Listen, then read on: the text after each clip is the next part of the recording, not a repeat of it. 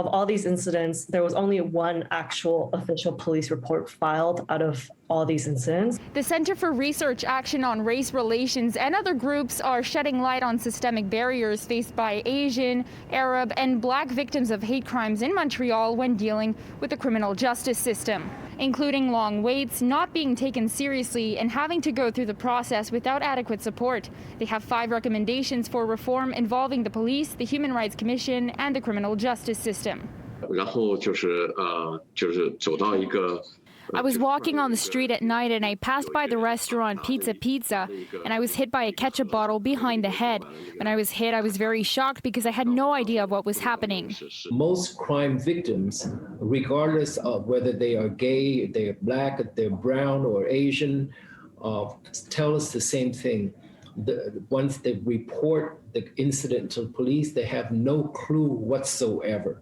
They're not informed, they're not being basic advice as to what to do, and they have to wait for a long time. Montreal police released data earlier this month that indicates a dramatic and worrisome increase in hate crimes targeting Asian Montrealers since the beginning of the pandemic, but numbers show only 10% at most of hate crimes are actually reported to authorities. I wanted to look at security footage, but because there were a lot of people in the restaurant, police told me to wait until the next day, but they never called and no follow-up has been made.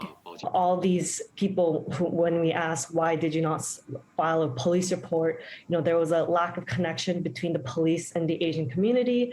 The language issues, as Pho mentioned, there was also a lack of trust and, systematically making the process itself a hassle and very bothersome when it's a very distressful time for these people who just underwent a very distressing incident. Among its recommendations, the Center for Research Action on Race Relations says Montreal police need to create an actual hate crime unit and an efficient structure with well-trained staff who can communicate with diverse communities from different origins. It's very important that we change the practice that the Quebec Human Rights Commission has adopted in recent years, that is not to represent people for free before the Human Rights Tribunal when they're victims of hate. In Montreal, Samsara Rainville, City News.